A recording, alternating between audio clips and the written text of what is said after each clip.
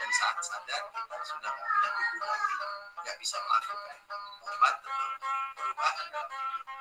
Di dimensi itu perhitungan udah nggak bisa diselesaikan dengan cara kita di sini kan gitu.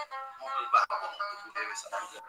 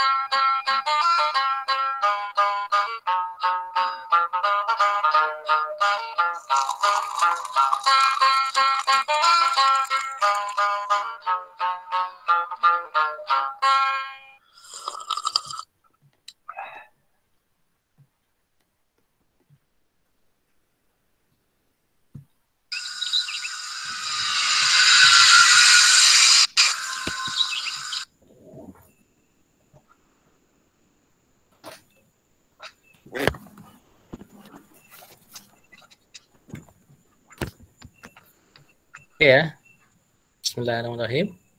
Assalamualaikum warahmatullahi wabarakatuh. Waalaikumsalam. Waalaikumsalam warahmatullahi wabarakatuh, Pak. Waalaikumsalam warahmatullahi wabarakatuh. Ya, selamat malam Jumat. Iya, Pak. Minggu depan insya Allah kita sudah mulai luring ya, minggu depan semoga ya, karena memang aturannya harus isolasi dulu. Kalau nggak salah Iya, tadi itu dibahas 5 hari, kemudian kalau mau aktif harus tes PCR dulu. Jadi kalau tidak tes PCR harus 14 hari. Nah, 5 hari di Jogja tes PCR, kemudian nanti kan itu kan di reimburse ya, ke Dikti itu ya, ke apa? Ke Dikti ya. Jadi baru boleh aktif itu. Nanti mekanisme makannya seperti apa nanti insya Allah LPP yang akan memikirkan. Oke ya. Ke hari ini malam ini sebetulnya apa namanya yang tadi ditayangkan oleh Mbak Eli ya, itu tentang permaculture ya. Nanti apa itu permaculture nanti akan kita apa namanya diskusikan atau istilahnya malam ini saya undang nih. Karena device-nya satu ini Mas Arinya itu di samping saya. Jadi ini nanti yang nongol setelah saya Mas Ari. Jadi Mas Ari ini salah satu mentor atau istilahnya itu yang magang ya, dulu magang di Bumi Langit, Bumi Langit Institute itu ya. Jadi di sana pertanian organik yang istilahnya mempunyai lahan sekitar 4 hektar. Dan dulu saya sampaikan ya, Obama, mantan presidennya Amerika Serikat itu sempat mampir ngopi di sana kalau nggak salah. Ngopi atau makan apalah, saya lupa. Jadi Obama itu sempat ke sana di Bumi Langit itu. Sehingga malam ini inspirasi kita yang saya undang adalah Mas Ari ya. Mas Ari itu salah satu mentor di sana, pendamping di sana. Kemudian beliau juga sudah memulai punya lahan ya sekitar 1.000 meter untuk digunakan untuk permaculture ya. Harapan saya, mengapa saya mengundang Mas Ari ya selaku tokoh inspirasi, nanti supaya nanti menginspirasi kalian ya di lahan-lahan yang kalian punya, misalkan punya lahan pertanian di rumah atau punya tetangga atau siapa gitu ya, dibuat sistem permaculture seperti apa. Inspirasinya yang saya inginkan seperti itu. Jadi nanti Mas Ari saya minta untuk cerita tentang permaculture, kemudian nanti kalau kalian ke Jogja, kalian pas batik ya, nanti jadi batik enggak ini? Jadi pengen batik enggak? Jadi Pak. Nah, Jadi, Pak.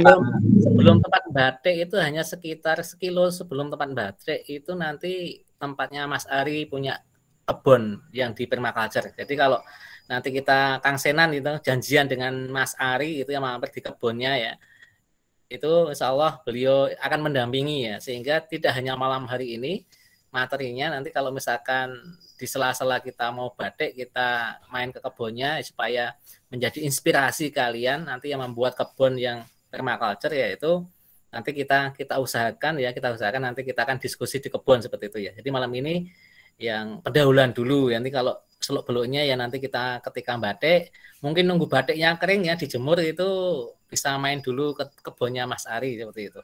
Oke, langsung saja Mas Ari ya, ini orangnya di samping saya. Dulu tak putar dulu device-nya itu ya. Oh ya. Kadang-kadang belum aneh. Oh ya, wes.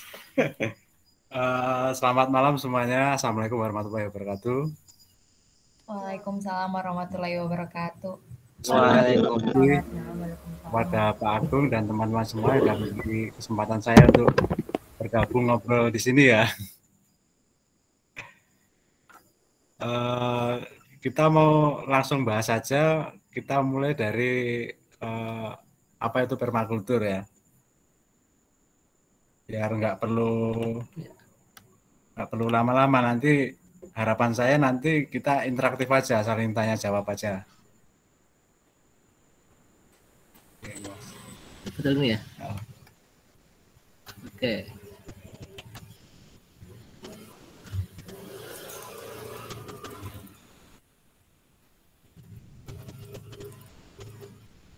Langsung ya Pak? Ya. Oke. Bumi Langit sebenarnya salah satu tokoh permakultur yang pertama kali di Indonesia. Guru saya sendiri Pak Iskandar itu salah satu orang pertama yang membawa permakultur ke Indonesia. Dia belajar permakultur dari Australia sekitar tahun 94-95. Dan beliau sendiri memulai permaculture di Jogja itu baru sekitar tahun 2003-2004. Nah, sebelumnya kita nyambung Mas. Ya. Sebelumnya kita kenapa sih permakultur itu muncul? Sebenarnya dari tantangan dunia kita sekarang. Jadi di dunia modern ini kan kita serba instan, serba praktis, semua serba dimudahkan. Tapi dari nilai tukar dari sistem modernitas sekarang ini adalah eksploitasi yang terlalu berlebih kepada alam, sehingga yang selama ini yang dikorbankan adalah alam kita sendiri. Apa yang terjadi sekarang seperti pemanasan global, perubahan iklim, krisis pangan, pencemaran di mana-mana, itu juga dari konsekuensi atas sistem modern yang kita pakai sekarang. Nah, maka dari itu sejak tahun 70-an orang-orang Australia mulai gelisah dengan hal itu. Nah, salah satu orang yang memulai itu adalah bernama David Holmgren. Nanti kita urai sejarahnya. Nah, di sini saya hanya akan menjelaskan bahwa setelah era revolusi industri, kita itu menuju ke satu titik yang sama, baik itu cara konsumsi kita, secara eksploitasi alam kita, itu menuju satu titik yang sangat berlebihan. Dan itu bukan kecuali menuju kehancuran yang kita lakukan sendiri. Nah, sebenarnya apa sih akar masalah dari dunia yang sekarang kita lewati ini adalah industrialisasi yang sangat berlebihan. Apalagi ditambah dengan sistem perbankan modern, itu yang sangat mencurangi sistem tata nilai keadilan yang sudah diajarkan di era-era sebelumnya. Apa sih sebenarnya industrialisasi itu adalah pengotak-kontakan sebuah kehidupan di mana semua cabang keilmuan itu tidak sudut pandangnya tidak secara menyeluruh atau holistik, tapi dipecah-pecah sesuai dengan kepentingan-kepentingan korporasi atau industri itu sendiri, sehingga yang tercipta adalah percepatan pertumbuhan yang dimana itu mencederai atas asas keadilan dari konsensus alam itu sendiri. Seperti misalnya sektor yang sangat mendasar adalah sektor pangan kita. Sektor pangan kita itu cukup rentan karena di sana tidak ada unsur-unsur keadilan di dalamnya, seperti pemakaian pupuk yang berlebihan demi mencapai produktivitas dan sebagainya. Padahal belum tentu produktivitas yang banyak itu menjadi nilai yang adil bagi si petani karena eksploitasi tanah yang berlebihan dan sebagainya. Kemudian ada standarisasi bahwa kesuksesan adalah dengan pencapaian-pencapaian secara material, sehingga mendorong orang-orang untuk bekerja di kota, terjadi urbanisasi. Sementara secara organisasi yang organik seperti keluarga juga tercederai, karena ketika era modern ini wanita dan usia anak-anak dituntut untuk bekerja, sehingga sebuah tata nilai dalam kewajaran sebuah keluarga itu tercederai, sehingga unsur stres di era modern ini cukup besar kalau kita melihat penelitian-penelitian saat ini. Nah, industrialisasi juga mendorong produksi massal atas segala bentuk produk di era kita sekarang, dan sehingga kita dituntut untuk cenderung melampiaskan keinginan-keinginan karena si barang itu sudah diproduksi, sehingga kita diciptakan sebuah kampanye, sebuah iklan yang itu melebih-lebihkan. Sebenarnya kita nggak butuh, tapi seolah-olah kita butuh, sehingga kita beli. Apa dampaknya? Eksploitasi alam lagi yang jadi korbannya. Seperti itu. Nah, di permakultur memang sangat menitik beratkan pada sektor pangan atau bercocok tanam ya, karena bagaimanapun semua makhluk hidup itu kebutuhan kita adalah yang paling pokok makanan. Nah, di era sekarang makanan itu menjadi industri yang amat sangat rentan, baik itu kualitas makanannya, kemudian cara dia memproduksi makanan amat sangat tidak adil, tidak wajar. Untuk kalau kita sebut itu sebuah kewajaran ya, itu sangat tidak wajar. Nah, karena apa? Pertanian monokultur kita hari ini itu tidak lepas dari pupuk kimia dimanapun, kecuali yang organik ya. Tapi ini kita bicara yang kebanyakan kita pertanian monokultur seperti padi misalnya, itu tidak bisa lepas dari pupuk kimia, dan semakin ke sini kebutuhan pupuk kimia itu dituntut untuk semakin banyak. Karena apa?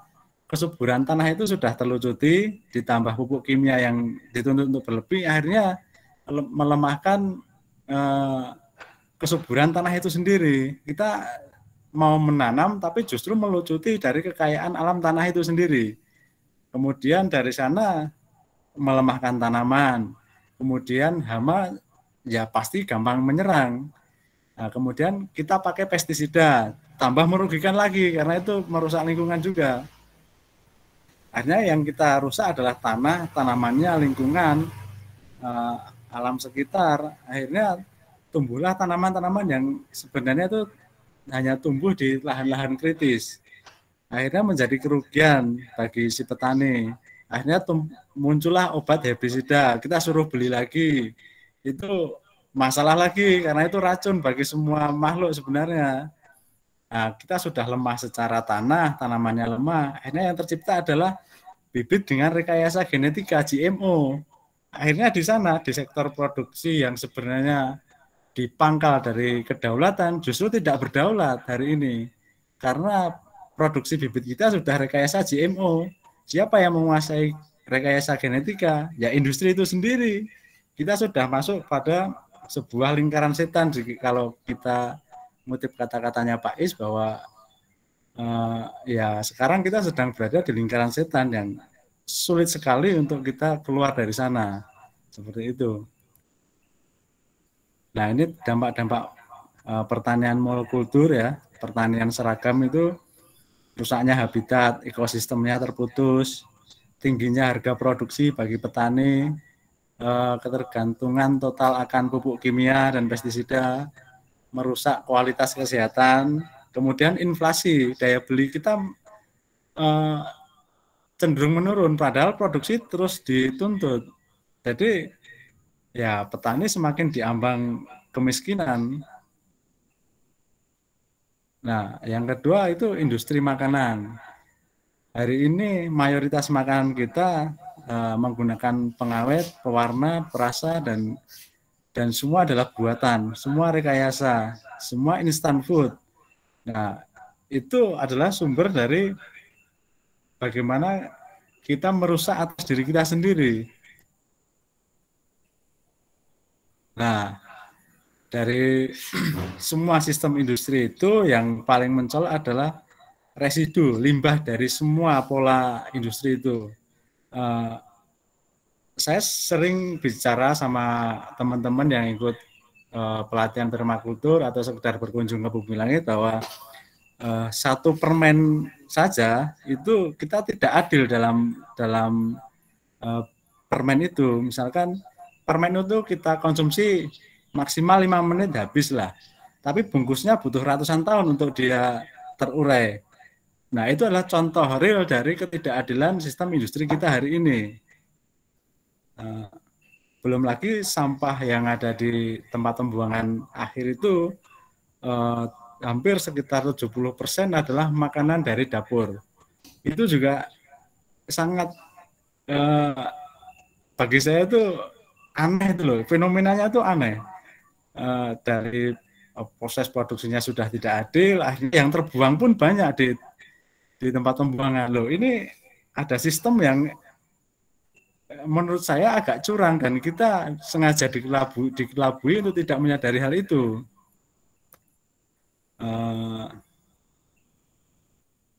Ini masih. Nah, dari semua sistem industri itu akhirnya kita sepakati bersama hari ini bahwa alam yang menjadi korban yang bukan tidak mungkin setelah ini adalah makhluk yang hidup di atasnya yang menjadi korban. Mungkin akan terjadi bencana alam dan sebagainya, dan sebenarnya sekarang sudah melewati batas itu. Saya sendiri sedang bersama teman-teman meriset tentang kalender penanaman Pranoto Mongso. Itu kita sudah sangat meleset jauh dari musim hujan, dari kapan hujan turun, dan kewajaran hujan itu sendiri. Indonesia sebagai negara tropis, kalau kita mau sadari cukup banyak kehilangan. Seperti misalnya kita sejak tahun 2000-an lah, kita sudah tidak ketemu lagi dengan hujan tropis yang seperti yang ada sebelumnya. Hujan yang terus dalam waktu seharian itu, kalau dulu sering terjadi, waktu saya kecil itu hujan seharian kayak gitu. Sekarang udah enggak lagi. Kalau hujan sedikit justru berlebihan akhirnya banjir. Kalau panas sekarang kekeringan. Nah, di sini sebenarnya yang paling terasa dampak dari perubahan iklim adalah di negara-negara tropis sebenarnya, dengan vegetasinya yang berkurang, dengan kekayaan ekosistemnya yang berkurang. Nah, itulah sebenarnya yang sedang terjadi. Mungkin teman-teman nanti bisa usul atau bisa ada pertanyaan lain soal apa yang terjadi dengan industrialisasi, dengan pengorbanan alam kita sendiri yang terlucuti, dan apapun gaya hidup orang modern sekarang itu sudah bukan lagi jadi jati diri sebuah peradaban manusia, tapi menjadi sebuah pasar, menjadi market. Jangan salah, apapun yang kita beli sekarang itu ada master plan-nya bagi si produsen, bagi si keuntungan, bagi si kapital, bagaimana dia merekayasa sebuah gaya hidup untuk kemudian kita terpicu untuk membelinya, untuk memilikinya dengan gaya hidup yang mereka tentukan. Memang perlu penyadaran cara berpikir kritis ya, kalau kita mau menelaah sebenarnya gaya hidup seperti apa sih sekarang ini, kita masih wajarkah, masih normalkah, atau justru kita sedang berada di puncak dari menuju kehancuran dari sebuah peradaban. Nah, grafik di sini menunjukkan bagaimana kita sekarang ini menjadi puncak dari eksploitasi sumber energi, dan setelahnya kita akan melewati krisis energi. Nah, kalau kita tidak mulai untuk berbenah diri, ya kita akan membuka gerbang kesulitan bagi generasi-generasi setelah kita. Nah, permakultur muncul untuk menjawab atas tantangan dari peradaban kita sekarang ini.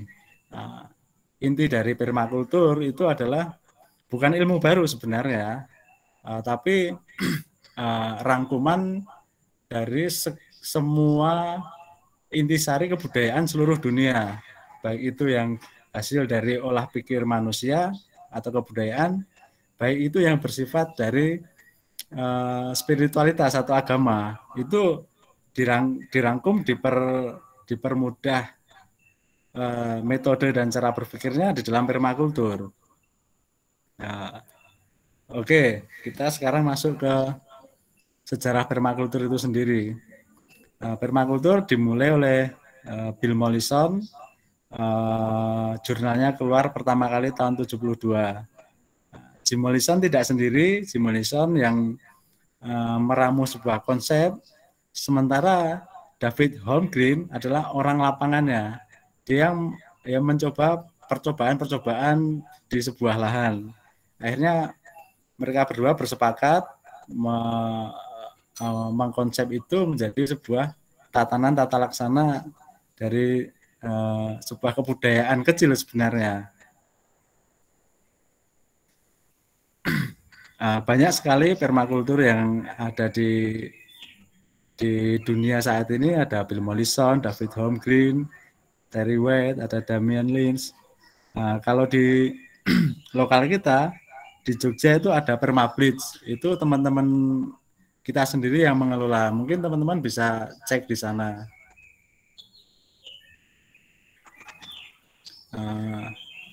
Nah, permakultur sendiri akhirnya sebenarnya permakultur itu tidak bisa didefinisikan menjadi kesepakatan bersama. Tapi itu menjadi sebuah metode berpikir, nanti kesimpulannya berbeda masing-masing pelaku permakultur. Karena ini sangat subjektif dan terikat kuat dengan bentang alam, kemudian di mana dia hidup, sesuai dengan iklimnya dan sebagainya, nanti akan sangat berbeda karakternya. Mungkin saya menerangkan permakultur ini juga akan berbeda dengan permakulturis yang lain. Tapi kita sepakat dengan dari kata itu aja. Dari permakultur berasal dari kata permanen, dari bahasa Latin yang mengandung arti bukan tetap, tapi keberlanjutan, permanen kalau istilahnya itu mengadakan terus-menerus. Jadi sebuah keadaan yang terus bergulir, yang tidak terlucuti. Kemudian kultur dari bahasa Latin yang menjadi akar kata untuk menanami sebuah tanah atau lahan atau menumbuhkan pemikiran. Nah, secara umum adalah aktivitas sebuah kebudayaan yang kita bercocok tanam yang tidak melucuti atau terus-menerus berkelanjutan. Nah, di dalam permakultur itu ada yang namanya itu desain permakultur. Nah, di desain itulah kita nanti akan bagaimana mengolah sebuah ruang hidup, lingkup hidup yang itu saling terintegrasi satu sama lain dan tidak merusak alam itu sendiri. Nah, jadi sebuah permakultur adalah sebuah sistem desain keberlanjutan yang menitik beratkan pada hubungan harmonis atau keselarasan antara bumi, yaitu tanaman, binatang, manusia, dan semua lingkup hidup yang ada di dalamnya. Nah, di sini adalah perbedaan-perbedaan pengertian dari orang-orang itu.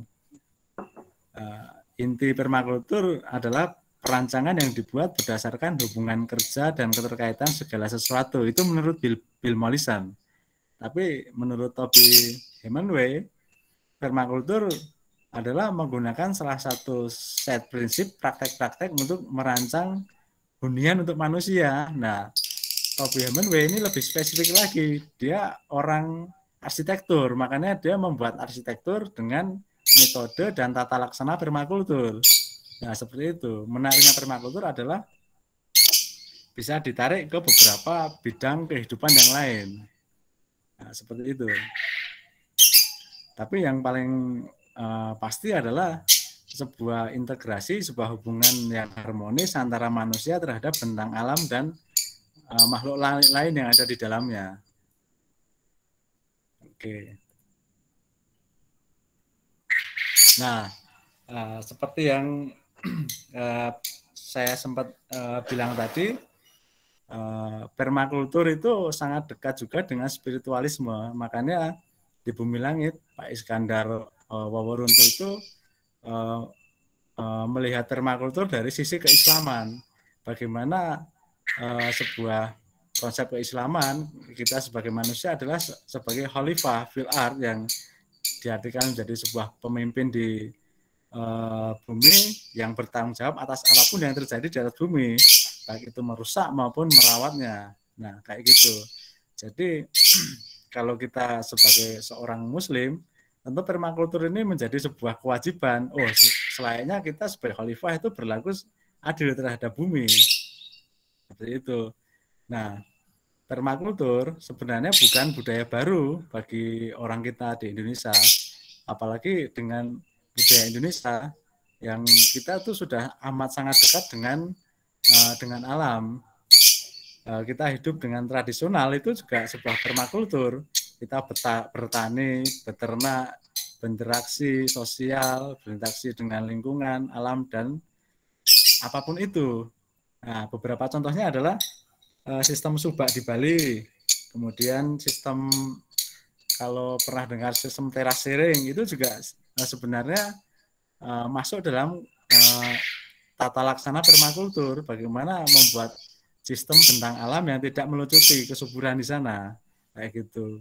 Bagaimana orang Dayak hidup di hutan, itu juga sebenarnya penuh dengan kearifan, bagaimana seberapa yang harus aku ambil, seberapa yang harus aku kembalikan, dan bagaimana seberapa kita harus mengganti untuk menanamnya lagi.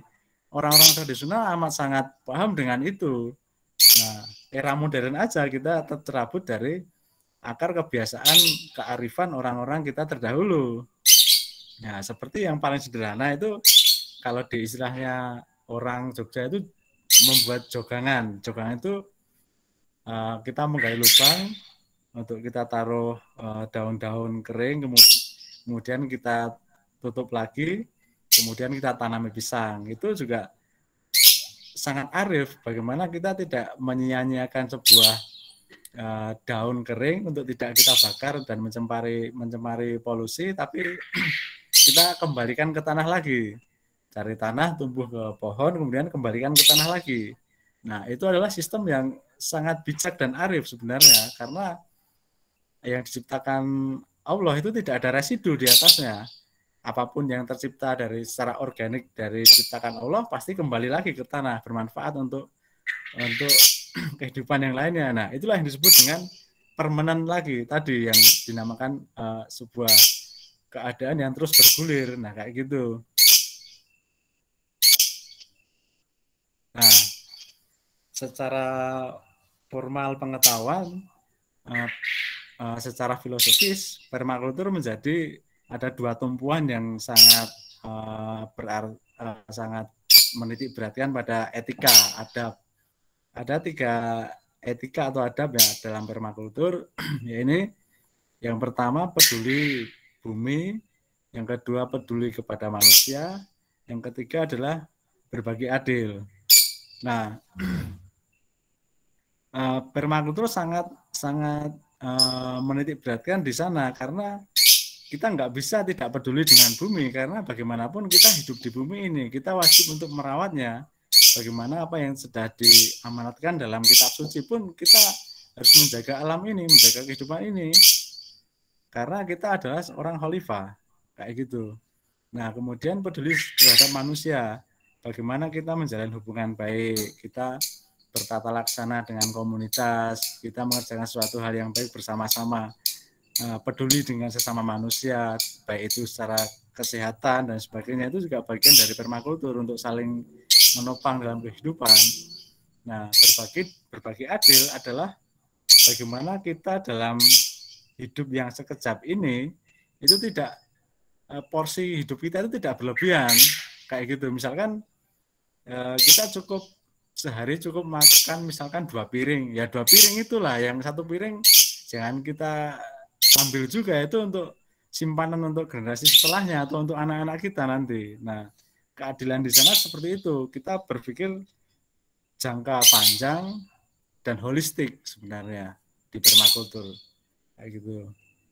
Itu dari etika atau adab permakultur, dari dibagi menjadi 3 itu. Nah, sebenarnya permakultur tidak hanya dalam konteks bercocok tanam, tapi dalam skala lini kehidupan. Meskipun dalam keseharian masih sulit dilakukan ya, misalkan yang paling enak kan seperti alat transportasi. Ketika kita terjangkau untuk jalan kaki, ya sebaiknya jalan kaki, karena itu menyehatkan tanpa emisi dan sebagainya. Tapi dengan kemudahan-kemudahan iming-iming modernitas kan sudah ada motor, sudah ada dan lain-lain. Jadi kita era modern ini memang kita diciptakan untuk hidup yang manja. Padahal kalau kita mau sedikit menelaah lagi, kita mau sedikit berupaya kembali kepada muasal kewajaran tadi, itu akan sangat berharga sekali. Karena bagaimanapun kewajaran itu pasti menguntungkan bagi kita. Nah, ini adalah perkembangan dari 3 etika dasar permakultur tadi, seperti bumi dengan manusia, itu menghadirkan sebuah produksi makanan, seperti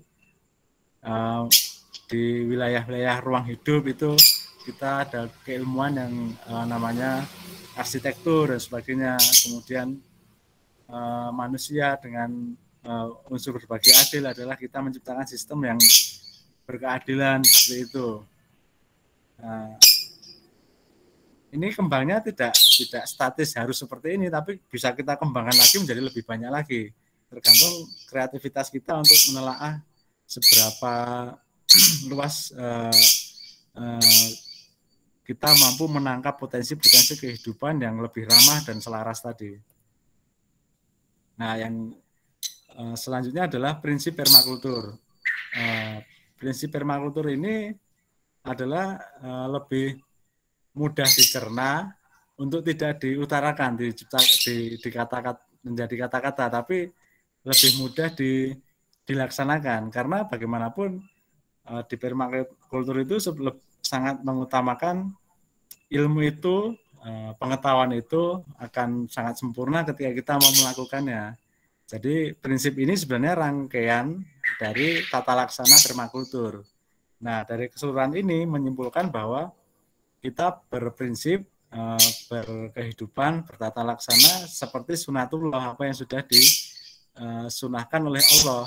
Bagaimana apapun yang terjadi, seperti itulah kita selayaknya untuk melaksanakan tata kehidupan.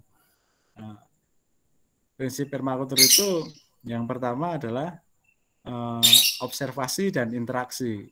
Nah, ini menjadi poin yang amat sangat penting, yang paling lama harus dijalankan dan tidak boleh ditinggalkan. Seperti kalau kita tarik ke ranah-ranah yang spiritual atau agamis ya, dalam Islam itu iqra. Nah, istilah iqra itu ya bagi permakultur ya ini observasi dan interaksi. Bagaimana kita melihat, mengamati, dan berinteraksi dengan apapun yang ada di luar diri kita, maupun apapun yang ada di dalam diri kita. Nah, kayak gitu.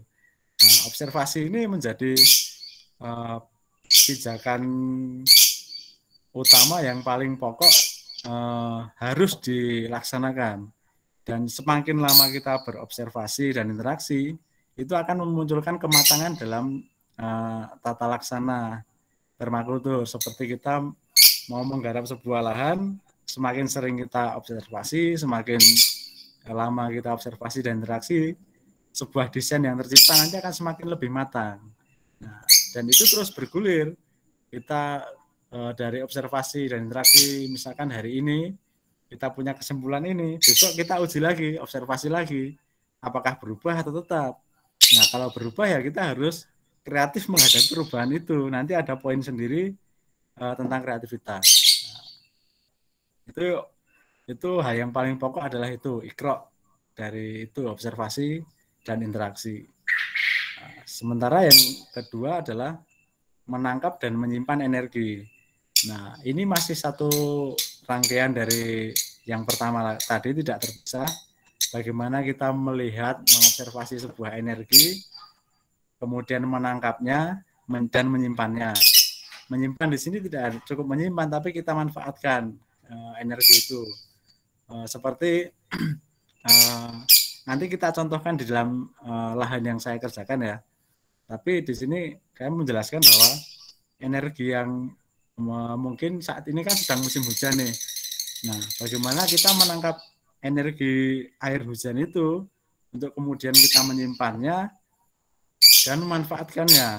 Nah, itu adalah menjadi sebuah hak bumi untuk kemudian menjadi sebuah hubungan integrasi yang wajar. Misalkan seperti ini, di sebuah lahan, bagaimana kita menangkap air adalah ada etika tersendiri, misalkan dari unsur kebudayaan kita sendiri.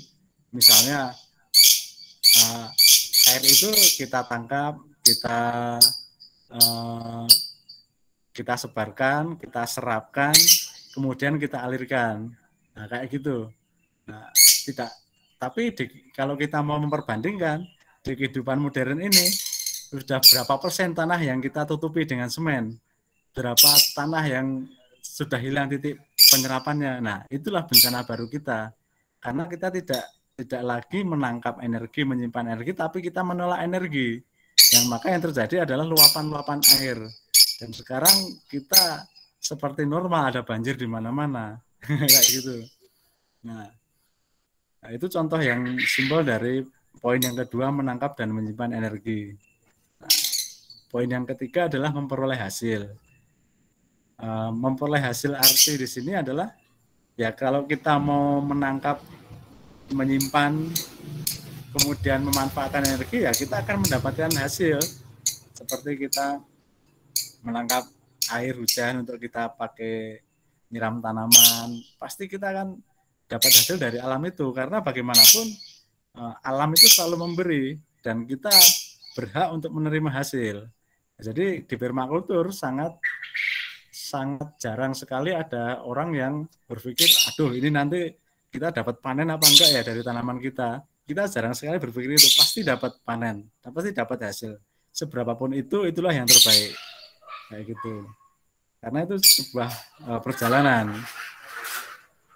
Nah, kemudian di poin yang keempat adalah regulasi diri dan menerima masukan. Nah, regulasi diri di sini dan menerima masukan itu dalam rangka kita kontemplasi. Bagaimana kita itu menundukkan akal, pikiran, dan nafsu kita dalam sebuah, memaksakan ide dalam sebuah ruang, kita hancurkan itu. Karena alam pasti punya konsensus sendiri. Kita nggak bisa nanam di lahan miring, kita nggak bisa nyangkul di lahan miring. Karena lahan miring itu, kalau kita cangkul akan terjadi bencana, akan longsor dan sebagainya. Nah, disinilah kita meregulasi diri dan menerima masukan. Bagaimana informasi di alam atau informasi di alam sekitar itu meregulasi diri kita untuk tidak memaksakan kehendak seperti itu.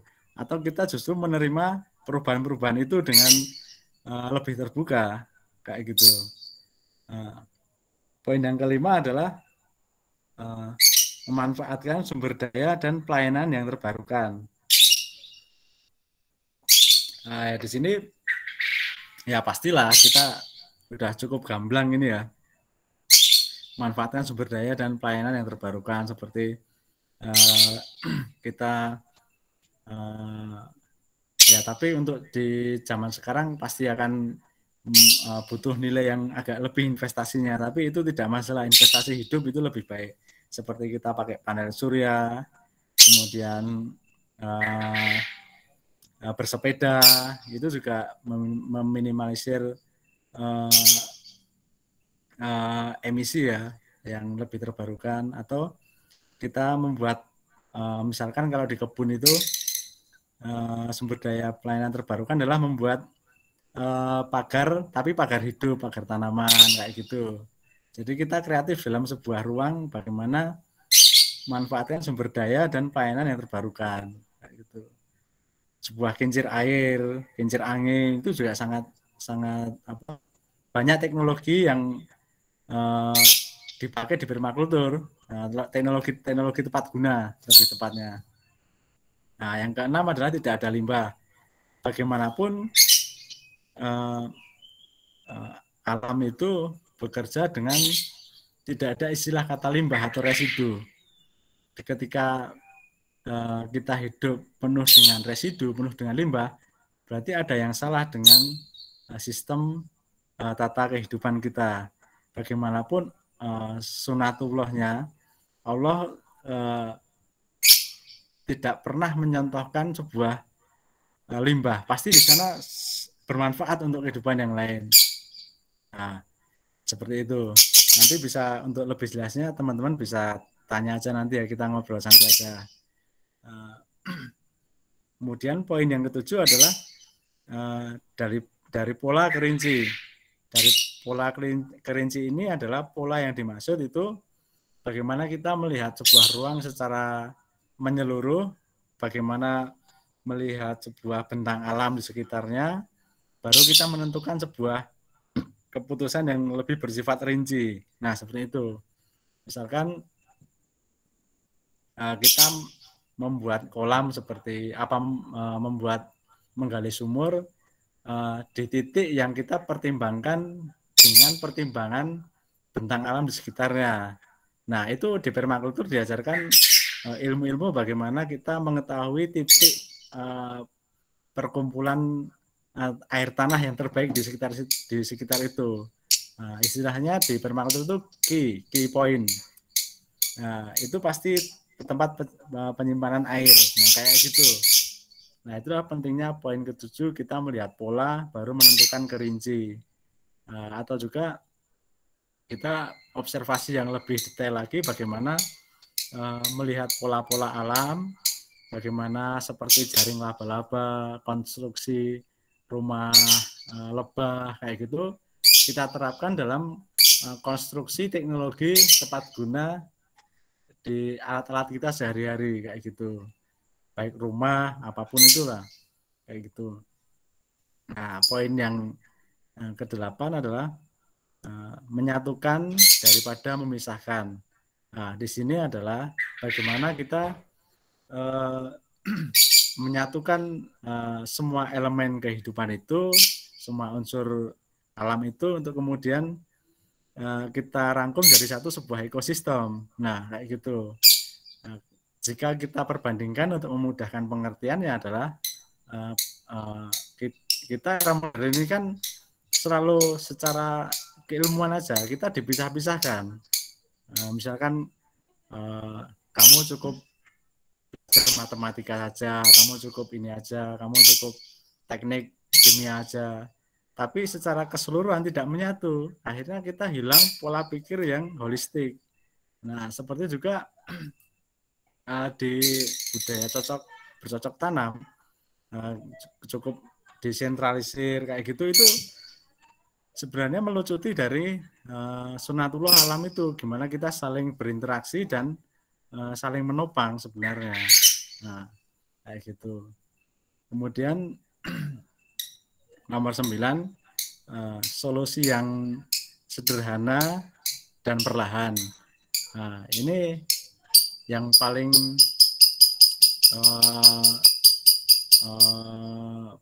paling mudah sebenarnya kita lakukan dari hal-hal yang sepele, tapi itu berdampak yang cukup besar kalau kita mau melakukannya.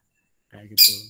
Seperti kita mau jalan kaki, kita mau apapun itu kan solusi-solusi kecil dan perlahan yang sebenarnya kita akan mendapatkan dampak yang cukup banyak. Nah, banyak juga di sektor-sektor bercocok tanam ya atau pertanian ya, seperti yang kulakukan misalkan tanahku itu tanah kritis, kemudian solusi sederhana adalah membiarkannya rerumputan itu tumbuh, kemudian daunnya aku potongi rutin, kemudian jadi kompos dari tanah itu, menutrisi tanah itu, menyembuhkan tanah itu. Nah, itu adalah solusi yang sangat sederhana, cukup memotong rumput, tapi tidak sampai akar, cukup potong daunnya aja, kita jatuhkan di situ, tapi itu jadi solusi yang sangat efektif. Nah, kayak gitu. Kita nggak perlu mengada-ada dengan solusi-solusi yang terlalu berlebihan atau datang dari luar sebenarnya. Jadi kita harus bagaimana kita harus cermat dalam observasi, bagaimana melihat potensi peluang solusi itu. Ada juga istilah-istilah masalah itu menjadi solusi sebenarnya di waktu kemudian kayak gitu. Itu adalah bagaimana kepandaian kita dalam observasi dan interaksi. Makanya di semua pola, di semua prinsip ini, observasi dan interaksi itu selalu kita bawa. Nah, gitu. Nah, kemudian nomor 11 adalah nomor 10 dulu. Memanfaatkan dan menghargai keberagaman. Nah, ini adalah yang paling mudah itu kita laksanakan di kebun. Bagaimana kita menanam dengan keberagaman. Kalau kita menanam secara monokultur, padi aja, kita akan kesusahan karena kita bekerja sendiri, tidak ada yang bantu. Ada hama ya kita bingung sendiri, ada burung makan padi kita bingung sendiri, harus ngusir dan sebagainya. Nah, keberagaman ini membantu kita dalam bercocok tanam.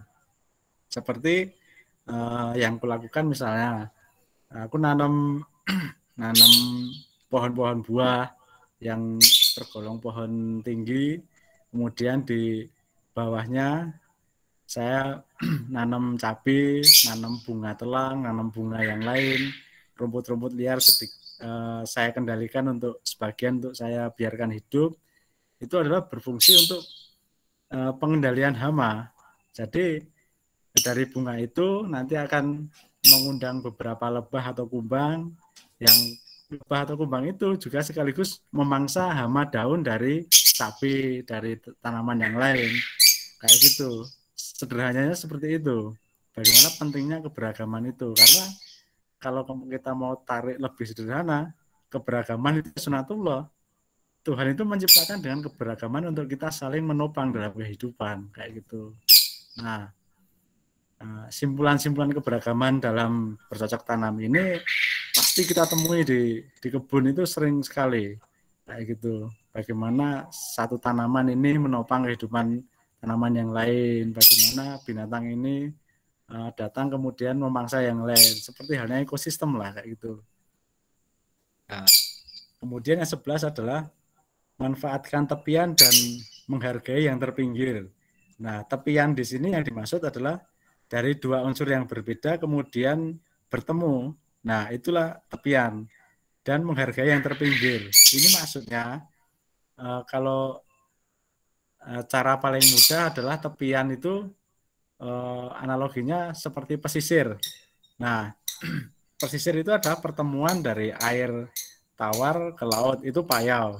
Nah, segala unsur kesuburan di daratan dari gunung sampai melalui daratan sebagainya sampai ke ujung itu membawa kesuburan. Nah, kesuburan itu terkumpul di tepian-tepian itu, di pesisir-pesisir itu. Makanya nutrisi terbaik itu adalah ada di pesisir itu. Seperti rumput laut itu bagus banget untuk pupuk dan sebagainya. Kerang itu juga bagus juga untuk pupuk. Nah, tepian yang lain juga banyak. Bagaimana kita memanfaatkan pagar di rumah untuk kita tanami menjadi tanaman rambat, jadi pagar, itu juga tepian juga. Bagaimana kita manfaatkan sisi-sisi tepian yang kita punya lah kalau di ruang yang lebih kecil. Kalau di sektor alam ya banyak tadi seperti pesisir, pinggiran tepian sungai, itu pasti kalau kita cermati, kita amati, kehidupannya akan sangat kompleks dan lebih beragam, lebih banyak di sana. Nah, seperti itu. Kemudian prinsip yang terakhir adalah menghadapi perubahan secara kreatif. Nah ini poinnya yang bagaimana kita harus bagaimana kreatif dalam menghadapi perubahan itu. Karena kadang-kadang kita beradaptasi, merespon perubahan, bagaimana kita merubah pola. Karena di permakultur, desain permakultur itu tidak statis, tapi selalu desain yang hidup. Selalu ada perubahan-perubahan itu pasti, dan kita harus beradaptasi dan menentukan langkah untuk perubahan itu. Seperti itu. Nah, ini contoh metode desain penumpukan waktu dari dalam suatu ruang. Misalkan kalau ini contohnya sebenarnya kurang mewakili sih ini. Kalau yang di contoh ini, nah bagaimana kita memelihara ternak, kemudian dari hasil itu kita bisa cari mana yang hasil harian seperti telur, tahunan daging kayak gitu, tapi dalam penumpukan dalam satu ruang kayak gitu.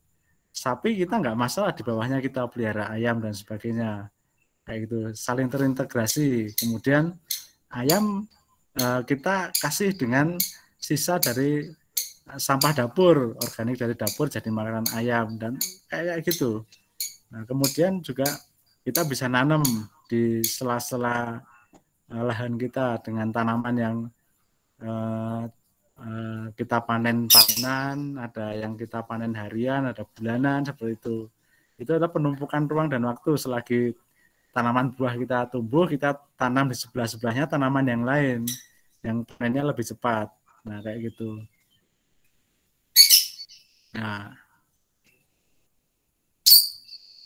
Nah, di inti dari poin pertama yang permakultur yang sangat dititik beratkan adalah keberlanjutan dari sektor pangan. Bagaimana kita menghasilkan pangan sendiri yang terus-menerus dan berlanjut.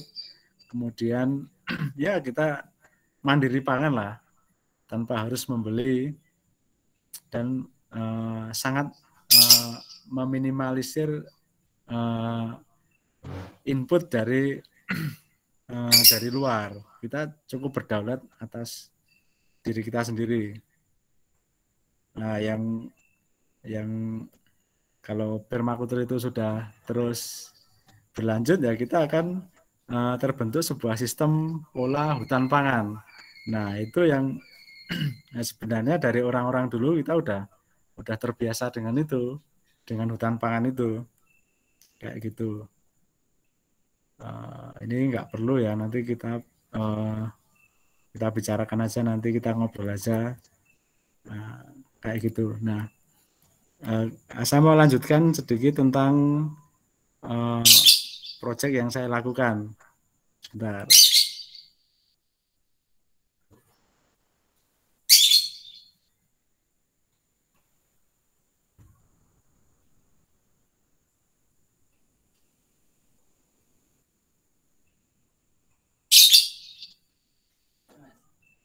Si fotonya dia, Mas.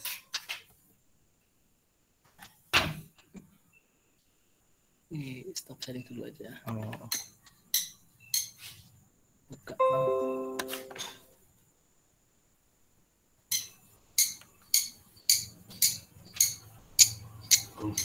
Ya. Deh. Apa? Nyangkok.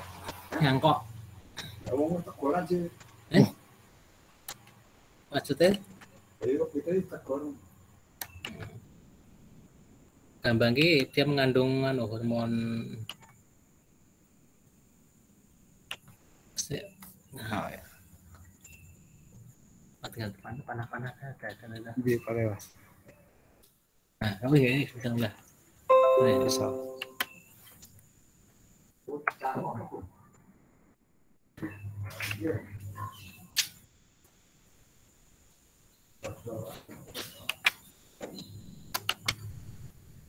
Oh, ya.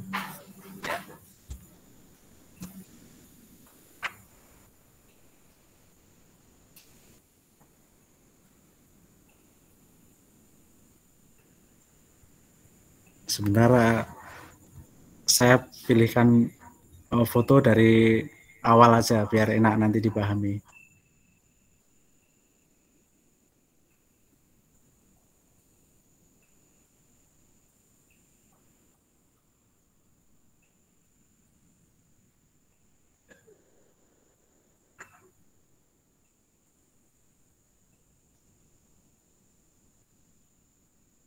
Kok RKP ya, Mas?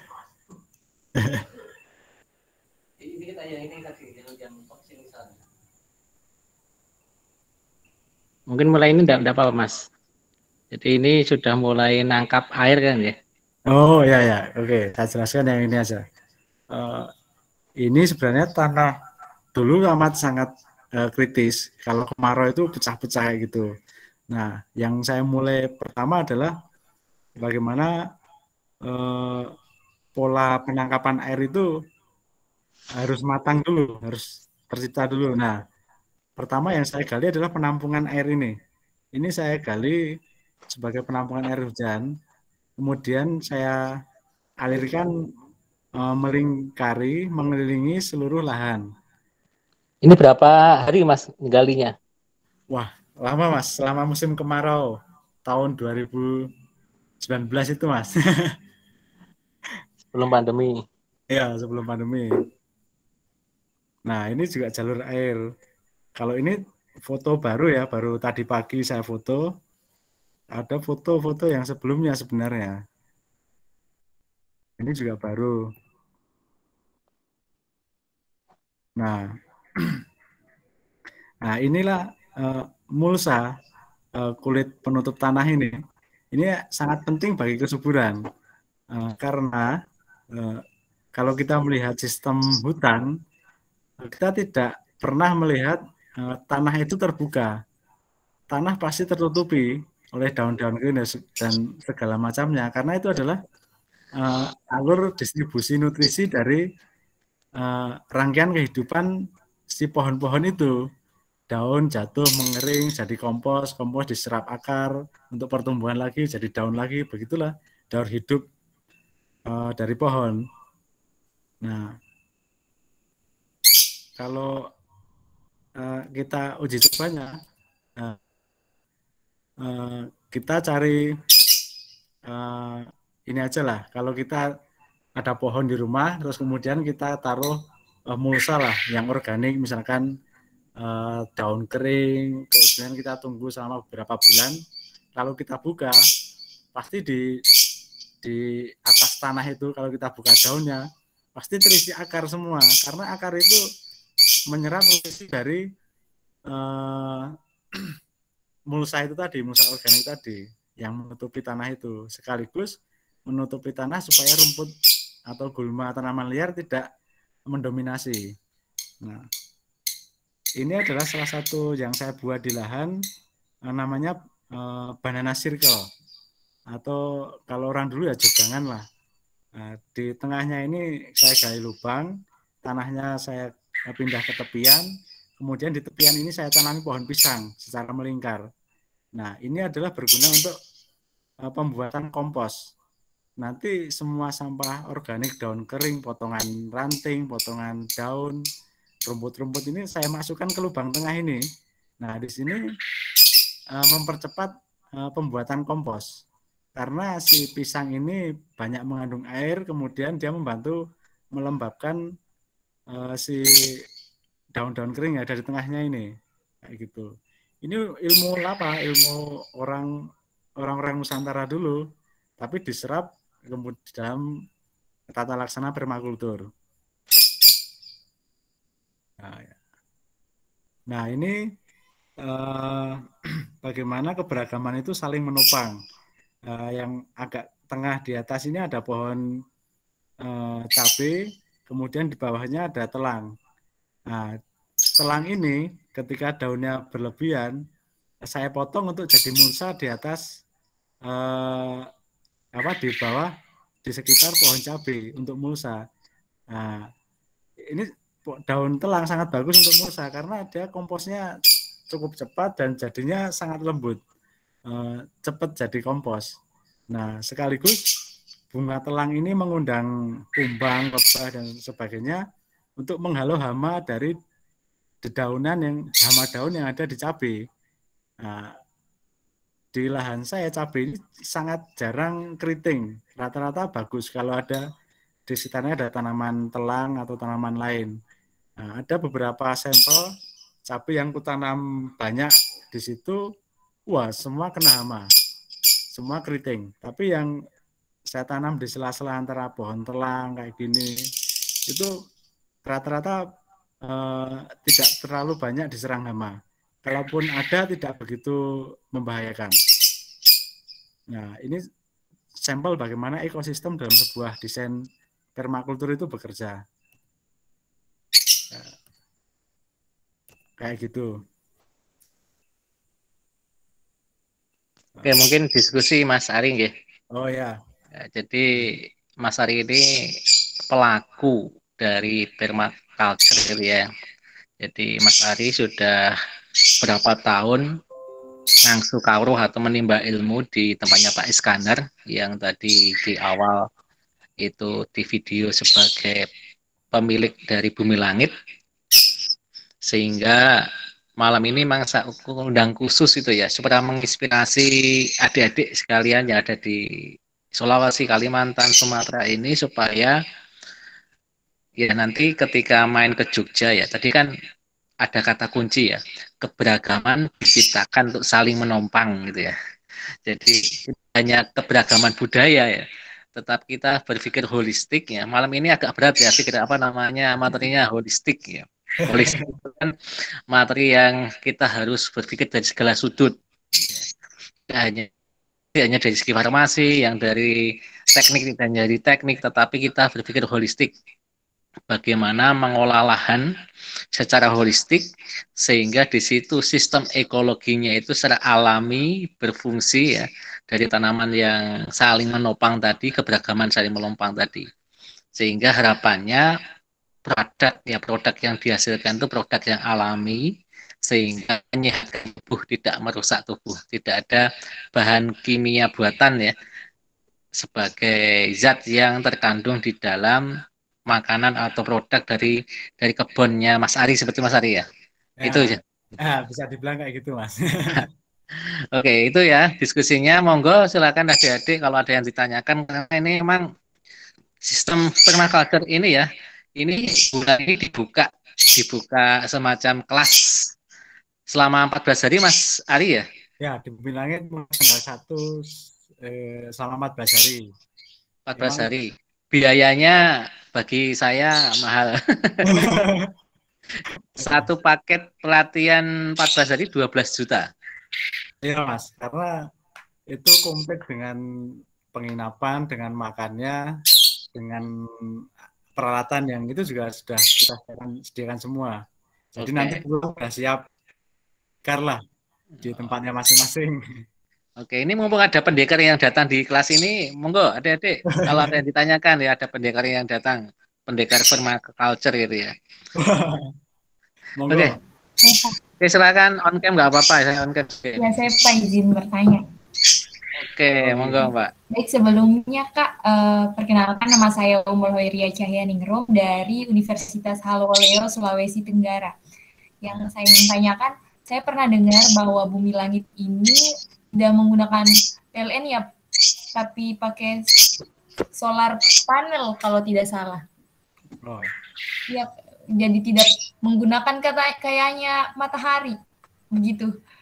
Dan yang kedua, kok bisa sih masyarakat di sana itu tahu kayak seperti tadi bunga telang yang akan mengundang hama, yang akan mengundang lebah, kemudian sehingga cabainya itu di sana produksinya bagus seperti itu. Kok bisa tahu ilmunya dan kenapa bisa jadi suatu kawasan yang memang sangat memanfaatkan beragam sumber daya seperti itu. Terima kasih. Mungkin bisa diceritakan sejarahnya. Oh ya, langsung saya jawab Mas. Iya, langsung aja. Oke. Ya, di Bumi Langit pakai panel surya, tapi sekarang masih sudah terhubung dengan PLN karena ada sistem dua arus. Jadi kalau dari sistem panel surya itu berlebihan, kita bisa menjualnya ke PLN. Atau kalau musim hujan kayak gini tidak bisa menopang kebutuhan rumah tangga, kita bisa ambil PLN kayak gitu. Jadi supaya kita nggak repot. Tapi yang paling tidak dari panel surya itu kita sudah mengurangi kos untuk PLN, juga mengurangi dampak dari karbon dioksida produksi listriknya PLN kayak gitu. Lebih arahnya ke sana. Nah, kemudian kalau yang soal tadi bagaimana pemanfaatan tanaman bunga untuk membantu pertanian, ya emang kalau kita lihat ke hutan, sunatullahnya tuh kayak gitu kalau kita mau observasi. Nah, permakultur itu adalah kumpulan ilmu hikmah dari sebuah pengamatan di seluruh orang sebenarnya, seluruh dunia lah kayak gitu. Nah, itu sudah tercermin dari kebudayaan-budayaan lokal. Coba deh, kalau kita mau menelaah lebih jauh lagi ke belakang, kebudayaan kita dulu itu sudah sangat maju sebenarnya. Mereka nggak kesulitan mereka nggak perlu kok pupuk kimia, mereka nggak perlu kok pestisida dan sebagainya, karena ruang lingkup hidupnya, ekologinya sudah terjamin, sudah tertata. Bagaimana lebah itu akan memangsa hama dan sebagainya. Nah, sekarang harus kita upayakan dalam ruang lebih kecil atau dalam lahan saya sendiri misalnya, karena dalam bentang alam yang lebih luas kita sedikit sekali lihat ekosistem yang matang. Jadi saya harus nanam beragam juga di kebun saya supaya di kebun saya juga menjadi sebuah ekosistem yang matang. Bagaimana menopang produktivitas itu. Sebenarnya ada salah satu tokoh dari Jepang namanya Fukuoka, Masanobu Fukuoka. Nah, bagaimana dia menjelaskan bertani dengan alam. Jadi bekerja bersama alam, tidak bekerja melawan alam. Nah, salah satu caranya kayak gitu. Bagaimana kita menanam keberagaman. Kalau yang monokultur itu kita mencederai bagaimana alam bekerja karena kita terlalu arogan, sekian lahan sekian luas kita tanami monokultur kayak gitu. terjawab atau masih ada pertanyaan, silakan. Kenapa Cahya Nirum? Iya, sudah terjawab. Tapi yang tadi Pak, kenapa bisa terbentuk suatu komunitas itu pasti Oh, komunitas di Bumi Langit itu ya? siapa yang memprakarsainya Oh, seperti itu Pak. dan apa kayak begitu. Ya, tadi Pak Iskandar ya, dari Oh, Prakasa ya. Beliau asli Ya. mana Mas Ari ya? Pak Iskandar itu. Kalau Pak Iskandar itu orang Manado. Orang Manado. sebenarnya. Tapi sudah sejak tahun 70-an sering ke Jogja. Dia itu salah satu aktor kalau zaman dulu, eranya W.S. Rendra itu aktor, kemudian hijrah lah, dia mualaf, kemudian pengen bercocok tanam dengan cara-cara yang lebih ramah, dan akhirnya nemu permakultur kayak gitu. Dan dia akhirnya beli lahan di sini, di Imogiri, kemudian mempraktikkan permakultur itu. Nah, kayak gitu. Kalau komunitasnya yang memang kalau di skala lokal itu belum banyak tersebarnya. Sekarang baru merintis beberapa teman-teman muda yang saya ajak ke sana supaya menimba ilmu juga di sana karena ini sangat bermanfaat. Belum lagi pemerintah sekarang juga udah mulai bicara tentang karbon kredit kan.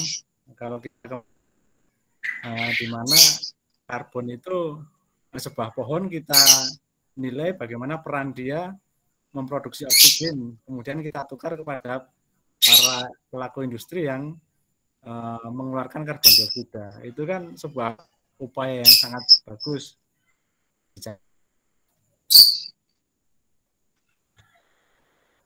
Oke, jadi apa namanya? Dulu sempat ya Pak Habibie itu mengukur ya, tumbuhan hijau di Indonesia itu berapa oksigen yang dihasilkan ya.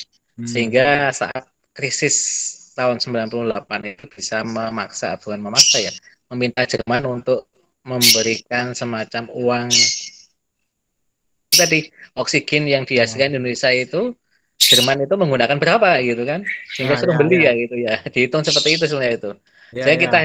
Saya kita hidup itu kan minimal itu kalau nggak salah berapa pohon Mas Ari ya. Jadi kalau kita itu tidak menanam pohon itu berarti kita itu utang oksigen kepada tetangga ya. Oke, Mbak Nirum itu ya. Yang lain mungkin apa namanya ada yang ditanyakan, mumpung ini ada pendekar tadi ya. Jadi ini salah satu pendamping kalau ada pelatihan di Bumi Langit ya.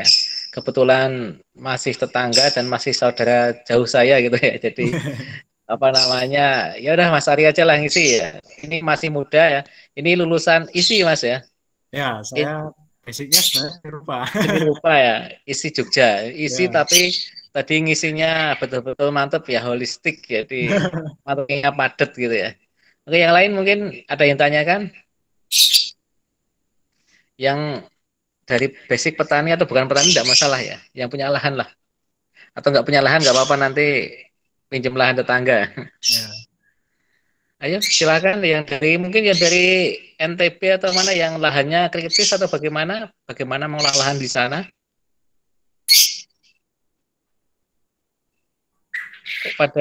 Sudah pada tidur Pak ini?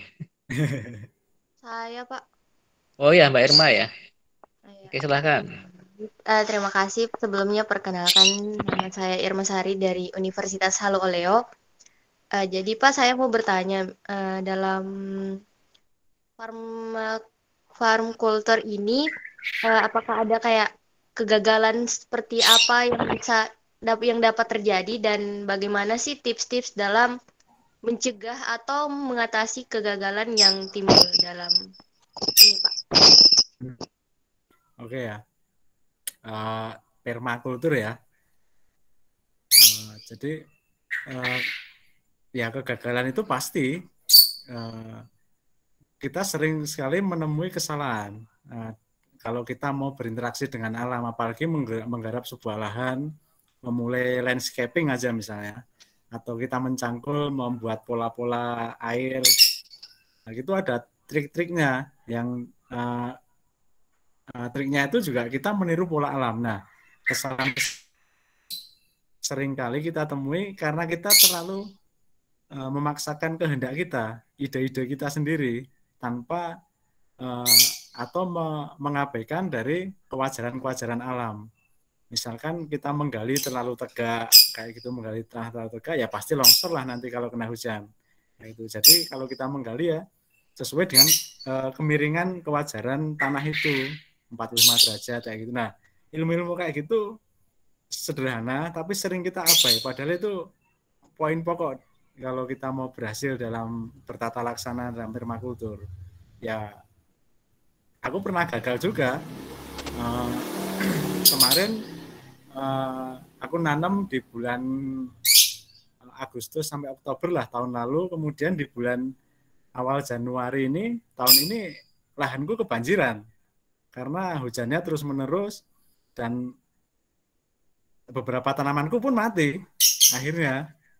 Nah, akhirnya ya aku meregulasi diri tadi, bagaimana meregulasi diri dan menerima masukan.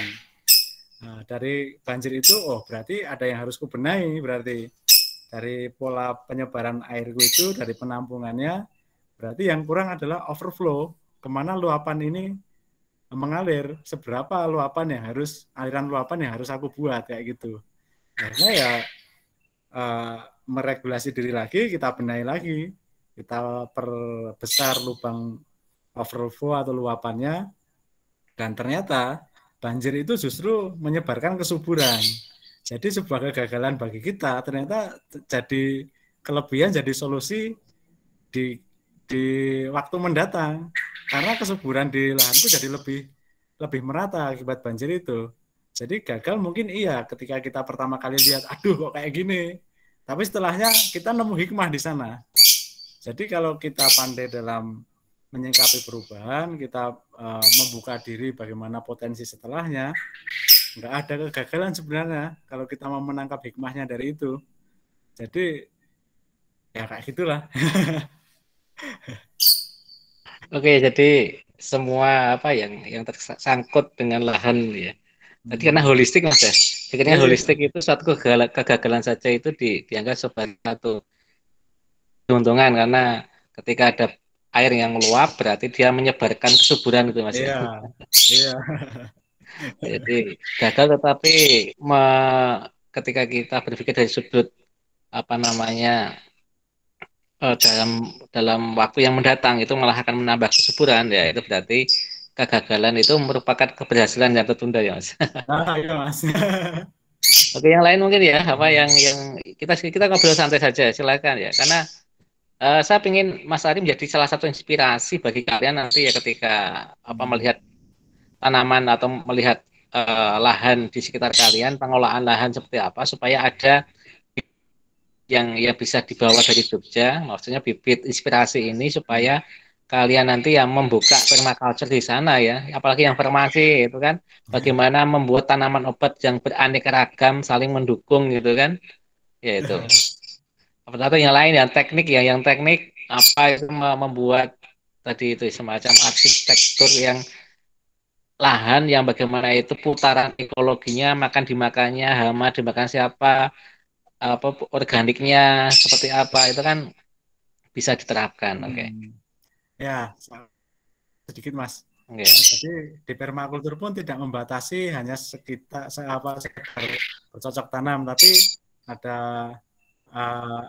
arsitektur permakultur juga ada, dan banyak lagi ilmu yang lainnya yang terintegrasi terhubung dengan permakultur.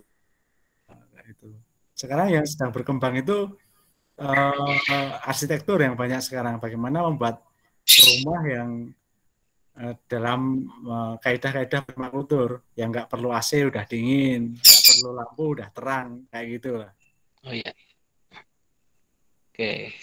Terima kasih Mas Ari. Ayo yang lain. Silakan direspon aja, kita ngobrol santai aja nih. Oke. Mungkin Mas Andika yang biasanya nanya-nanya Mas Andika. Maaf ya, dari apa namanya Mas Andika, ini konsep apa di dalam Islam seperti itu ya Mas Andika. Mas Ari ini Mas Andika kebetulan non Muslim, jadi apa namanya mungkin apa biasa Mas Andika mungkin bisa menerapkan juga.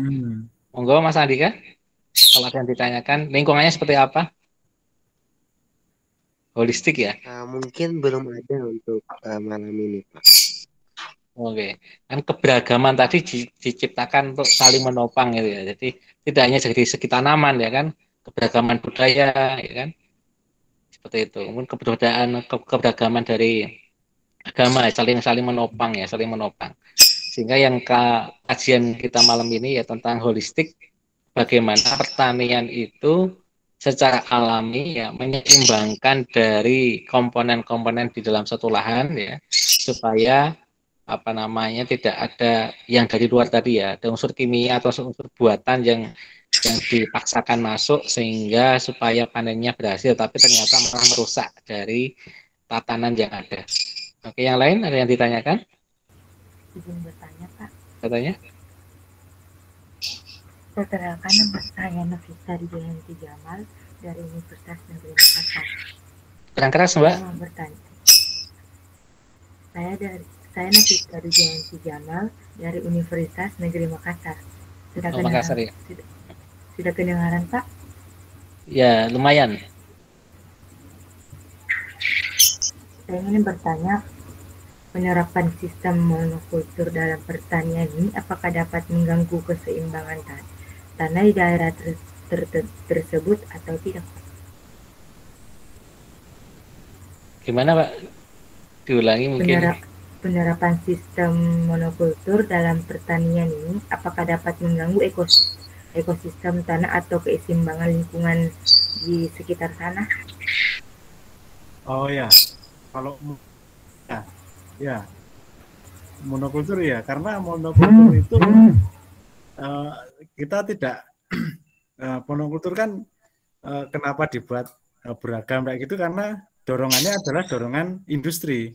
Kita produktivitasnya untuk lebih, tapi mengesampingkan dari unsur-unsur ekologi dan sekitarnya kayak gitu.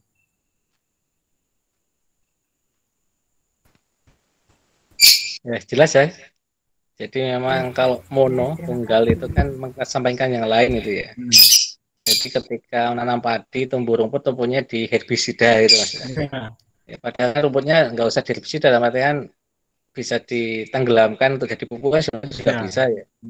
Tapi kadang kan ya karena kita pengen produknya dipacu ya di herbisida gitu kan. Kemudian ketika ada hanya mono tunggal tadi, ketika ada hama satu dia hamanya akan nyebar dengan enak gitu kan. Oke, mungkin yang lain? Saya, Pak. Oke, Mbak Nada. Baik, terima kasih atas kesempatannya. Jadi begini, Kak. Karena kan kami dari daerah Sulawesi Selatan. Kalau di daerah saya itu, Kak, ada terbagi dua. Ada yang daerah pegunungan dan ada memang yang bukan. Kalau misalkan di daerah pegunungan itu, dia itu lahannya dipakai untuk kayak tanaman bawang seperti bawang putih, bawang merah, dan juga wortel dan umbi-umbian seperti lainnya. Kalau misalkan di daerah lahan bawah, dia itu lini sektornya sebagai lahan pertanian, Pak, pertanian untuk padi. Nah, sementara yang lagi viral sekarang itu banyak kemudian orang-orang yang melakukan penanaman kayak sistem hidroponik. Nah, yang saya tanyakan di sini, yang mana memiliki tingkat keberhasilan yang lebih besar, Pak, gitu, antara melalui hidroponik atau dengan lahan yang memang langsung, gitu. Ya, kalau hidroponik ya, itu pertama kali muncul itu tahun 70-an sebenarnya. Dan siapa yang memunculkan hidroponik itu temannya Pak Iskandar. Itu dorongannya hanya untuk setelah aja, untuk gaya hidup aja, tidak untuk produktivitas. Karena kalau kita mau,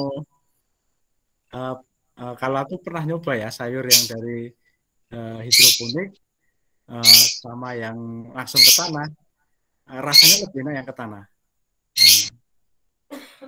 Aku tidak tahu secara pasti unsur apa yang berbeda, tapi mungkin kekayaan humusnya pasti berbeda antara tanah dengan yang di hidroponik kayak gitu.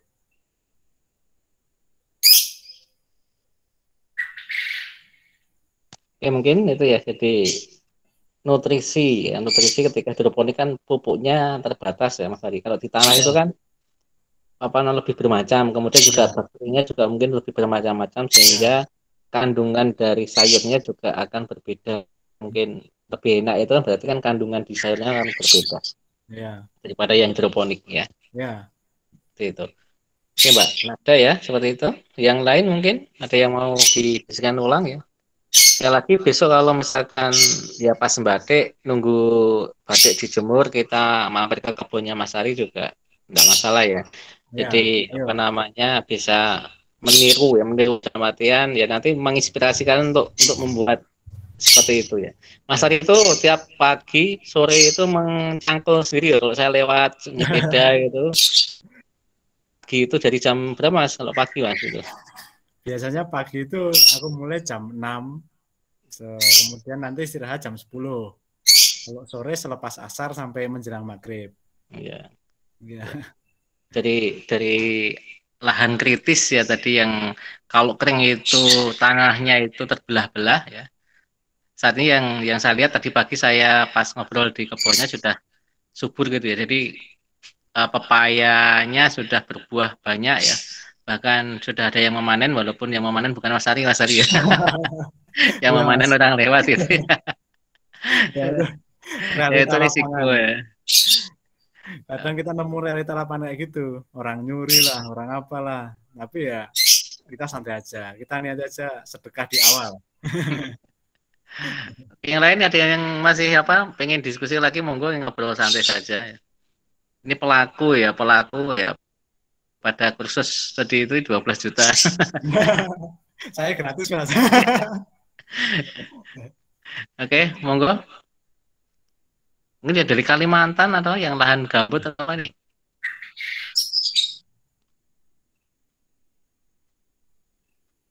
Katanya ya nantilah kalau pas main ke Jogja berarti ya. Kalau misalkan malam ini masih dipendam pertanyaannya pas nanti di kebun apa nama pengen nyoba makan cabai di kebun boleh Mas Ari ya? Ya, boleh. Oke itu ya. Jadi kenapa saya mengundang Mas Ari memang jadi inspirasi itu tidak harus dari tokoh nasional gitu ya. Tokoh yang terkenal itu tidak harus seperti itu tetapi bagaimana inspirasi itu kita dapat dari luar ya.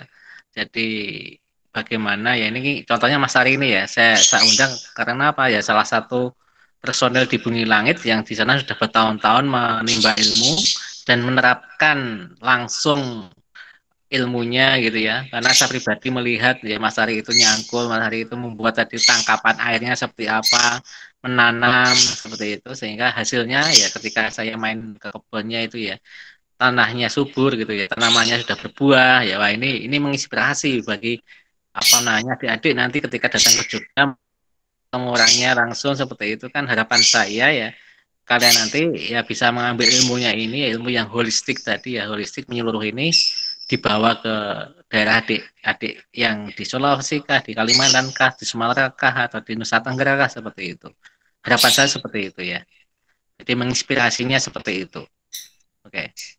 Mungkin dari Mbak Eli ada yang ditambahkan atau apa? Mbak Eli ini anu Mas Ari jadi ada asisten atau LO atau mentor saya yang membantu di dalam proses pembelajaran ini ya. Oh ya.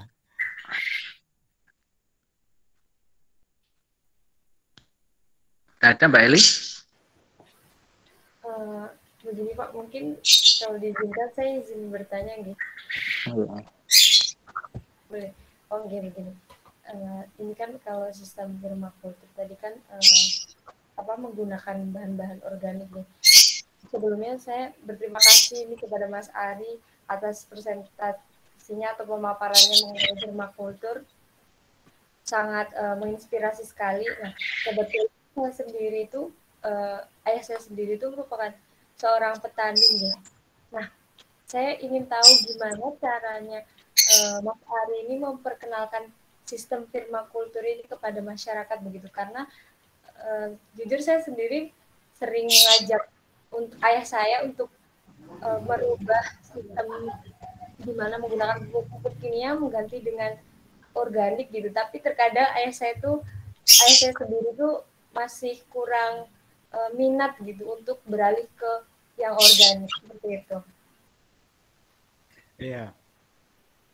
Itu memang sebuah tantangan ya Pak. Saya sendiri pun salah satu dorongan untuk menggarap lahan yang di sana itu sebenarnya selain untuk diriku sendiri juga sebagai contoh kepada petani sekitar. Awalnya disepelekan, saya nyangkul sehari itu diketawai. Kayak di tepian lahan itu banyak petani-petani tua pada nongkrong sambil taruhan. Masnya ini bisa nyangkul sampai jam berapa kayak gitu. Sarjana kok nyangkul itu Mas. Iya. Wah, saya dipecundangi betul itu.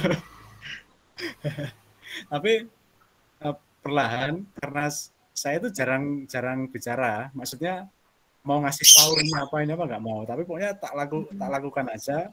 Nanti kalau hasilnya bagus, karena aku yakin nanti hasilnya bagus, jadi mereka akan tanya sendiri. Nah, waktu itu sempat yang sebelumnya itu menertawakan itu justru terus tanya, loh Mas, cabenya kok bagus, saya pakai pupuk apa? Nah, aku nggak pakai pupuk, nggak percaya tapi nggak percaya sampai beberapa kali ngobrol baru dia tahu, oh ini pertanian yang dilakukan orang-orang zaman dulu kayak gitu. Karena dia orangnya udah tua, malah ganti saya yang tanya, wah kalau pertanian zaman dulu kayak gimana Mbak?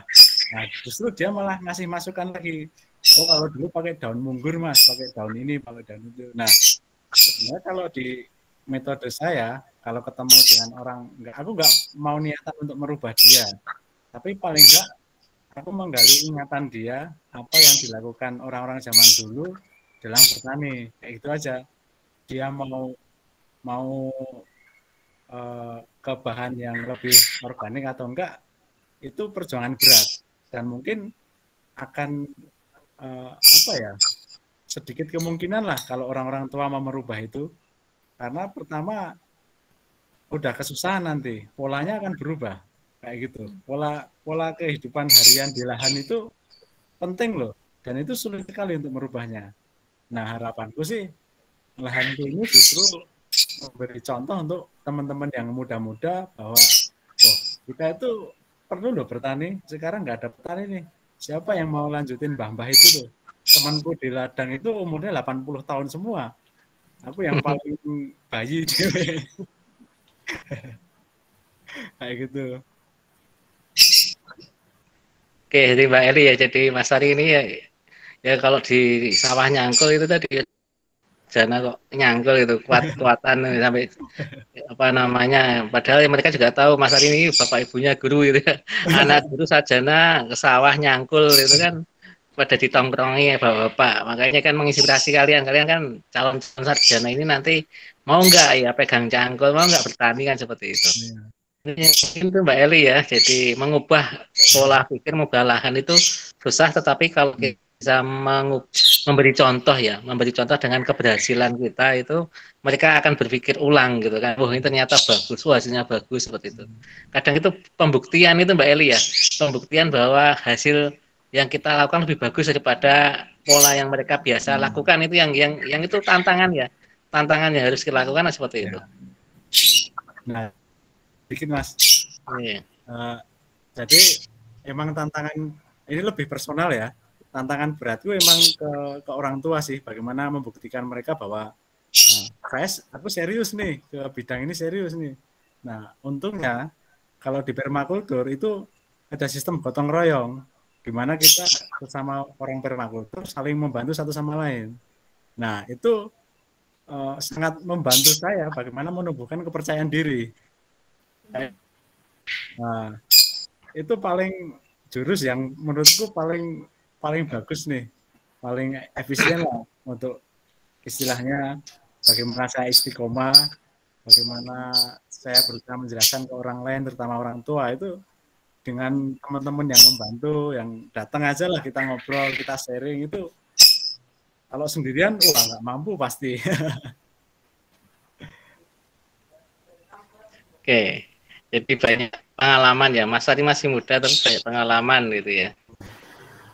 Jadi membuktikan bahwa serius istiqomah, sehingga orang tua juga tahu sekarang ini ya, ternyata hasilnya bagus juga. Jadi tanamannya subur dari cabai ya, cabainya saya lihat tadi pagi Mbak Eli tadi pagi ya, ketika saya kirim video tadi pagi gitu. Oh, gitu, Pak. Apa namanya, saya ke kebunnya Mas Ari ya, karena ya saya tanya di posisi di mana, di kebun, ya udahlah saya ke kebun gitu. Oke. Sebetulnya memang di awal saya pengen inspirasi langsung dari Pak Iskandar, tetapi apa namanya, beliau sudah istilahnya sudah sepuh ya. Ya, karena ini kan yang mengikuti kuliah itu anak-anak muda ya. Alangkah bagusnya yang menginspirasi juga anak muda kan kayak gitu. Ini anak muda yang dia itu sarjana ya, tapi berani tampil beda, berani nyangkul sampai ditongkrongi petani yang sudah tua-tua itu kan suatu apa ya, perjuangan tersendiri ya. Jadi membuktikan bahwa bisa gitu ya. Dan saat ini memang sudah terlihat pepayanya sudah pada berbuah dan banyak, tadi saya lihat berbuah banyak, kemudian sudah panen kacang juga Mas Ari ya, kacang tanah sudah panen. Ya udah, kacang tanah, jagung. Ya sudah panen, dan saat ini juga kacang tanahnya sudah mulai tua yang di sebelah utara tadi Mas ya. Ya udah mulai. Ya, udah mulai tua. Besok pas mungkin ada adik pas Mbak Ade mungkin. Boleh Mas. Oke. Oke, yang lain ada yang ditanyakan? Ini mahasiswa yang harus terinspirasi ya. Udah, yang lain atau enggak? Oh, kelihatannya Mas Ari. Jadi kalau di Sulawesi itu kan sudah jam 10 ya, udah pada ngantuk ini. Ya. Kita beda waktu ya. Ya. Oke. Mungkin Mas Ari closingnya ada yang mau dikatakan ke adik-adiknya ini ya, closingnya ya, tadi kan berat holistik gitu ya, filsafatnya tinggi, jadi apa namanya, ini adik-adik ini di sini disuruh berpikir dengan filsafat yang tinggi, jadi holistiknya harus ada ya, tidak hanya berpikir yang tersegmen-segmen di jurusannya masing-masing, di prodinya masing-masing, tapi berpikir secara holistik, secara keseluruhan. Jadi saya menyimak materinya Mas Ali tadi, wah ini berpikir holistik, ini materinya materi filsafat tinggi ini. Ya, jadi memang kalau yang tidak memahami ya terlalu apa namanya ya, filsafat gitu ya. Jadi keilmuannya kan bagaimana membumikan tadi ya, pertanian yang kembali lagi ke alam gitu ya. Oke Mas tadi mohon closing statement ke adik-adiknya, monggo. Ya, kenapa kita harus berpikir holistik ya, karena supaya kita berbagi tanggung jawab lah. Kita kan hidup bersama nih, masa kita ruang hidup yang bersama ini rusak kita biarkan. Ya kita mulai nanam lah, kita mulai peduli lah, bagaimana dengan masa mendatang seperti apa kayak gitu kan. Insya Allah apa yang dilakukan, upaya-upaya apapun yang dilakukan kalau kita mau peduli dengan alam, itu pasti tercatat lah oleh beliau yang menciptakan alam. Masa kita merawat alamnya, ciptaannya kita nggak, pasti dapat lah. Gitu. Jadi tenang aja, pasti dapat balasannya, apapun itu. Jadi closing statement saya ya, yuk kita obati sama-sama nih luka bumi kita nih, milik bersama nih lukanya. Gitu. Kata terakhir dari saya, kalimat terakhir adalah ya sampai jumpa di ladang. Jangan lupa numpang makan itu Mas. Nggak ada sumurnya di sana ya. Terima kasih Mas Ari ya, malam ini ya sudah mau memberi materi tentang permaculture ya, sehingga harapan saya nanti betul-betul mampir ke ladang, melihat sendiri, kemudian menginspirasi bahwa ya ketika lahan itu dikelola, diolah secara alami, holistik tadi ya, holistik itu komponen-komponen tumbuhannya itu juga dibiarkan ada, saling menopang, keberagaman itu saling menopang, maka hasilnya juga akan bagus seperti itu. Ya, amin. Ya, amin. Jadi karena ini juga waktunya sudah jam 10 lebih waktu Indonesia Tengah ya, bisa kita cukupkan sekarang. Terima kasih lagi Mas Ari ya. Mungkin ada pengumuman dari Mbak Eli sebelum ditutup. Mungkin ini saja Pak untuk presensi di malam ini yang Viaspada itu untuk menanggapi diskusi, tetapi diskusinya dimulai dari besok pagi jam 7 sampai dengan 23.59. Jadi teman-teman bisa menanggapi diskusinya mulai besok pagi jam 7. Itu aja, Pak.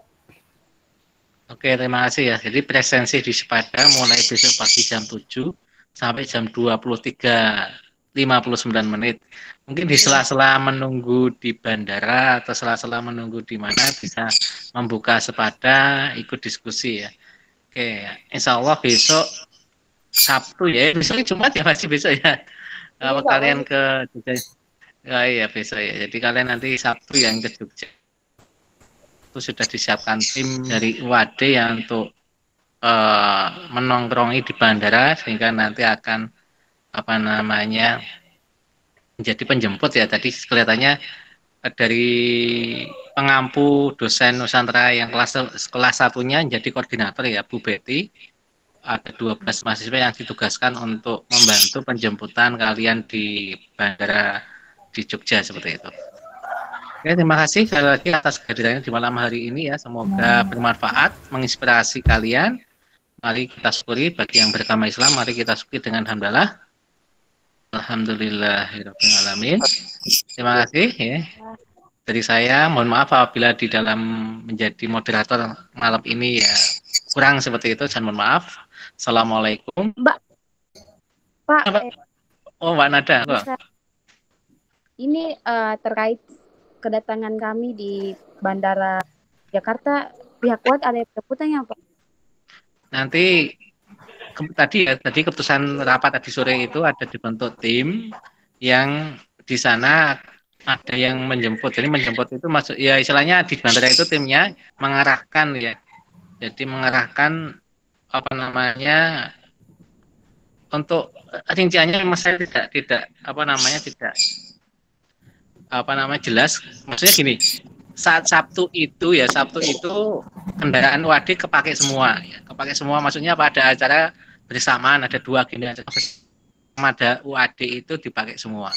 Maksudnya menjemput itu tim dari UAD itu nongkrongi di sana di bandara itu sehingga nanti mengarahkan ya bagaimana sampai ke Jogja. Ya, mengarahkan bagaimana sampai ke Jogja. Kemudian di Jogja pun nanti ada tim yang mengarahkan atau membawa ke kampus ya. Kelihatannya nanti kalau nggak salah ke kampus 1 dulu kalau nggak salah. Jadi detailnya nanti bisa ditanyakan di adminnya di LPP ya, karena itu timnya di bawah langsung LPP ya, LPP-nya UAD. Ya. Karena pas Sabtu itu ada acara yang bareng sehingga armada yang ada di UAD, mobil-mobil di UAD itu digunakan untuk acara itu sehingga tadi di tidak bisa untuk mengangkut gitu ya, sehingga tim-tim yang itu di bandara untuk mengarahkan ya bagaimana sampai ke Jogja. Menggunakan bus atau menggunakan kereta itu yang mengarahkan adalah tim yang sudah ada ya. Oh iya. Kasih Mas. Oke, terima kasih. Tadi infonya katanya Pak mau diantar ke kampus 1. Nah, sementara kami sudah Iya, diantar ke kampus 1. Iya, mungkin itu Mbak. Jadi kalau mungkin ada armada mungkin nanti juga akan diantar ke kampus 1 langsung. Berarti tapi yang penting ada tim, ya ada tim yang nongkrongi di bandara ya Mbak nanti Mbak. Intinya di situ. Jadi itu untuk mempermudah kalian supaya sampai ke Jogja karena 1,5 jam perjalanan dari bandara yang baru ke Jogja itu 1,5 jam. Kalau dulu kan Adi Sucipto itu sangat dekat ya. Tapi saat ini kan agak jauh ya, agak jauh. Bandara yang baru itu agak jauh sehingga ada tim yang memang dikursus nongkrong di bandara untuk mengetahui kalian datanya dari pesawat apa, namanya siapa itu akan ada datanya sehingga mereka sudah siap di sana. Intinya itu Mbak Ningrum ya. Oh, berarti karantina dulu ya Pak sebelum ke kos masing-masing. Karantinanya di kos Mbak. Tadi juga dibahas apakah yang menyediakan makanannya itu dari Bisma. Bisma itu UAD ya, bisnis jasa makanan untuk selama kalian di kos atau bagaimana ya, nanti dipastikan ya Pak ya di LPP nanti, karena itu kan timnya LPP ya. Kalau saya pribadi dengan Mbak Eli itu kan pengampu di kelas ini ya, tim pengampu di kelas ini, tapi untuk tim penjemput, tim nanti yang ngurusi kalian saat isoman atau istilahnya saat karantina ya, saat karantina yang minimal 5 hari. Kalau misalkan sudah 5 hari boleh ke kampus asal tes apa namanya tadi itu bukan swab ya, tes PCR ya, harus tes PCR. Kalau diketahui apa namanya bebas negatif boleh ke kampus seperti itu. Jadi hitungan saya misalkan Sabtu itu kalian sudah di Jogja, Kamis itu bisa tes PCR. Sehingga Sabtu itu semoga sudah ada hasilnya ya. Jadi kalau Sabtu baru ada hasilnya ya mungkin kita jalan-jalannya bisa Minggu atau Seninnya atau Selasanya, Mbak. Mbak Eli Selasa itu ada kuliah nggak? Selasa slow, Pak. Alhamdulillah Selasa. Ya, Selasa kan kita biasanya tag video ya. Mungkin kita jalan-jalannya hari Selasanya, tapi bukan Selasanya Sabtu langsung Selasa itu enggak, tapi ada waktu jeda seminggu kalian karantina itu tadi, sehingga Selasanya kita jalan-jalan. Kalau Sabtunya terlalu mepet Mbak Eli ya, tanya Mbak Eli ya. Ya nanti kita diskusikan kan kalau Sabtunya terlalu mepet sehingga Selasa seminggu kemudian. Jadi Sabtu datang, Kamisnya itu tadi PCR, kemungkinan kan hari Sabtu baru dapat hasil PCR-nya ya. Sehingga hari Selasanya kita yang jalannya hari Selasa itu. Nanti kita tentukan hari Selasa itu mau kemananya ya. Apa kemudian jalan-jalan kemana nanti saya diskusi dengan Mbak Eri dan nanti akan diumumkan di kelas atau di WAG ya, di WA group. Oke. Mungkin yang lain ada yang tanyakan terkait apa namanya kuliahnya? Kuliah yang tentang gendeng keripik sama Iwal Ayu jadinya kemarin apa malam Selasa ya? Itu Pak, tadi diskusikannya di grup dari Selasa. Oke, malam Selasa ya, karena malam Senin saya ada ngisi juga sih apa namanya pengabdian juga. Oke. Terima kasih ya sekali lagi sebelum saya akhiri, karena nanti kalau ada yang masih ditanyakan bisa di grup. Kemudian apa namanya perkembangan yang lain juga nanti akan diinfokan via WA group ya. Ya. Oke, terima kasih ya. Tadi udah diakhiri ya, tinggal ditutup ya. Terima kasih dari saya, mohon maaf. Assalamualaikum warahmatullahi wabarakatuh. Waalaikumsalam warahmatullahi wabarakatuh. Terima kasih, Pak. Ini backsound-nya apa burung lovebird. Dari awal tadi sampai sekarang masih bunyi-bunyi itu.